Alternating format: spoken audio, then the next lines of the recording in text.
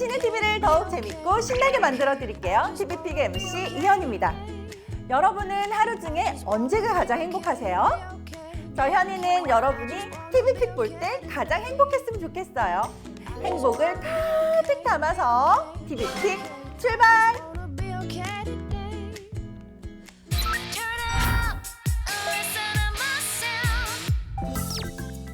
먼저 일주일 동안 TV에서 무슨 일이 있었는지 이거 하나만 보면 다 되는 시간, 주간 BTV입니다.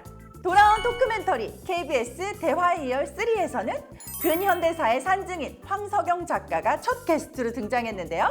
화려한 필력만큼이나 거침없는 입담을 자랑하며 시청자들을 대화 속에 푹 빠져들게 했습니다. 베테랑 전문가의 육아법 코칭, 채널A 요즘 육아 금쪽 같은 내 새끼에서는 엄마에게 폭력을 행사하는 금쪽이의 이야기가 공개돼 충격을 선사했는데요. 육아의 신 오은영 박사님의 솔루션은 무엇이었을까요? 그리고 SBS 당신이 혹하는 사이에서는 미국을 뒤흔든 900여 명의 집단 자살 사건을 다뤘는데요. 끔찍한 사건 뒤에 감춰진 진실은 무엇이었을까요? 궁금하시죠? TV를 더 재밌게 TV픽!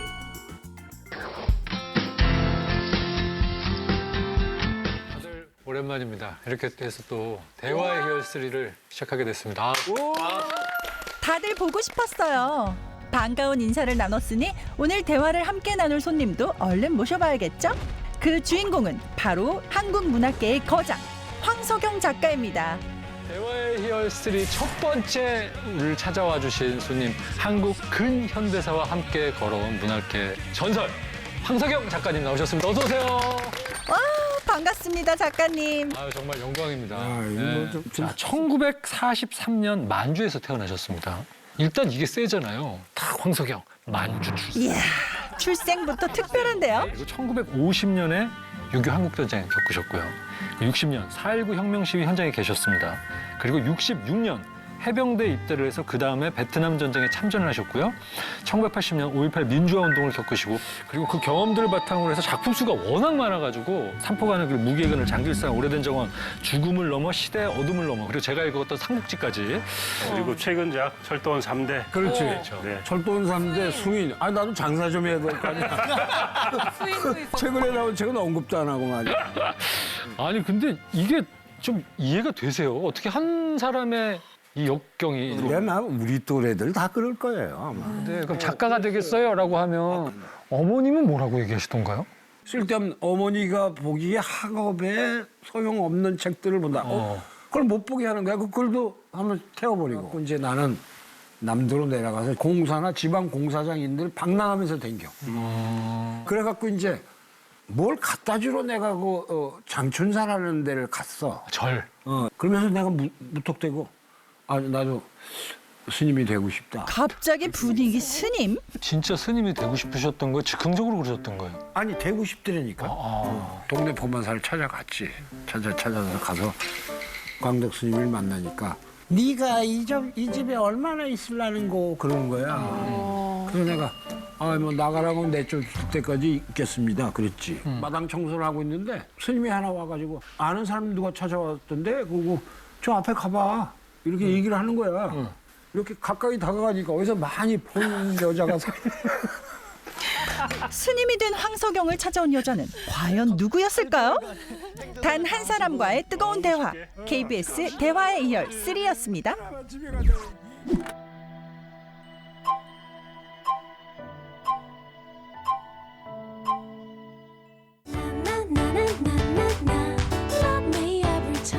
재원이가 그때 칼도 들고 엄마에게 무자비하게 폭행을 가하는 10살 아들. 엄마의 몸은 이미 상처투성입니다. 아이고, 안타깝네요. 침이야 기지개 좀 켜볼까? 이쪽은 찢을 거야. 이쪽은 찢을 거야. 그것도 모자라 엄마에게 소변을 보는 돌발 행동까지 서슴지 않는데요.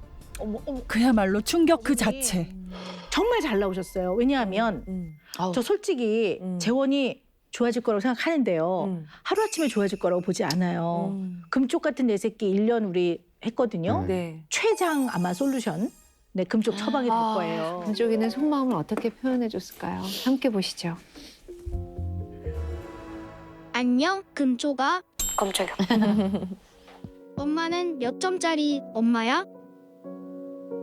아이는 대답 대신 한참을 고민에 빠집니다. 그러다 아이가 꺼낸 답은 1점. 최하점을 받은 엄마. 왜 1점이야?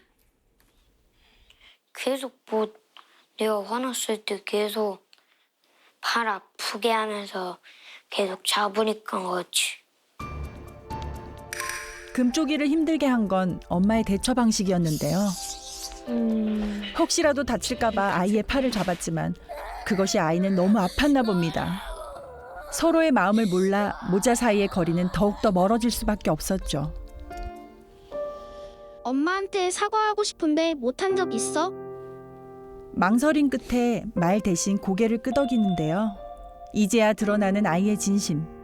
감정 표현이 많이 서툰 아이가 엄마에게 직접 진심을 말하기까지는 아직 많은 시간이 필요한 듯합니다. 금쪽이 속마음 들으셨어요? 어떠셨어요? 저 미안하다거나 뭐 이런 말은 전혀 이제 저한테 한 적이 없어서 저렇게 생각하고 있는지 몰랐어요. 육아의 신 오은영 박사님, 솔루션 부탁드릴게요. 엄마로서 너를 사랑하고 잘 키우려고 했지만 화내고 지시하고 또 때리고 그런 거는 8살 때쯤에 예. 때리면 좀 말을 들을까 싶어서 한번 발바닥을 계속 때렸어요. 예. 될 때까지 때려보자, 누가 얘기나 해보자 이 심정으로 이제 때렸거든요. 근데 정말 그 엄마로서 그러면 안 되는 거였는데 미안하다, 엄마답지 못했다, 어른답지 못했다, 앞으로 그런 마음 절대 쓰지 않겠다고 얘기를 좀 하는 그 시간이 필요할 것 같아요. 엄마의 진심 어린 사과가 필요한 시간. 엄마는 용기를 내 아이에게 먼저 사과를 할 계획입니다. 재원아, 재원아.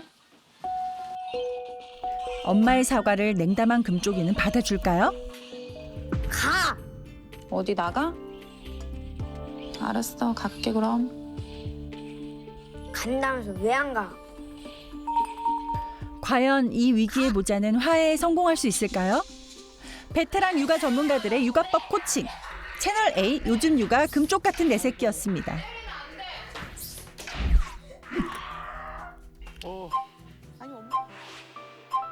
재원이가 지금 왜 컨트롤이 안 되잖아, 조절이. 오늘은 같은 날 사망한 두 남자에 대한 이야기를 여러분께 해드리려고 해요. 사건은 편지 한 통으로부터 시작을 합니다. 어느 날 엘모 국회의원에게 편지가 와요. 마을에 문제가 생겼으니 와서 조사 좀 해주세요. 그래서 그 마을로 조사를 하기 위해서 보좌관들과 떠나요. 그런데 이틀 뒤에 죽어서 돌아와요. 이 국회의원이 숨지고 몇 시간 뒤에 다녀갔던 그 마을에서 900구의 시신이 쏟아져 나와요. 1978년 미국을 충격에 빠뜨린 사건. 저게 시신이에요? 시체라고 다? 와, 이게 다 시체라니. 이 엄청난 사건 뒤에 감춰진 이야기는 과연 무엇일까요? 그렇죠. 이 사건은 이 900여 명이 집단 자살했다. 라고 결론이 내려지면서 종결된 사건. 이렇게 많은 사람이 한꺼번에 자살을 했다고요? 이야, 들을수록 더 충격적인데요? 이 마을엔 지도자가 한 명 있었어요. 사건의 발단이 된 마을 지도자의 정체는요? 지도자의 이름은 짐 존스라는 사람이었습니다. 짐 존스. 그리고 이어지는 영상에서 당시 마을의 생생한 모습을 확인할 수 있었는데요. 다양한 인종의 사람들이 모여 살던 마을. 그곳엔 마을의 지도자이자 목사인 짐 존스가 있었죠. Total equality, a society where people own all things in common, where there is no rich or poor, where there are no races. 어려운 사람들을 돕고 엄청나게 파급력이 커져서 완전 이례적인 거죠. 50명이던 추종자가 몇 년 만에 2만 명까지 늘어요. 2년 만에?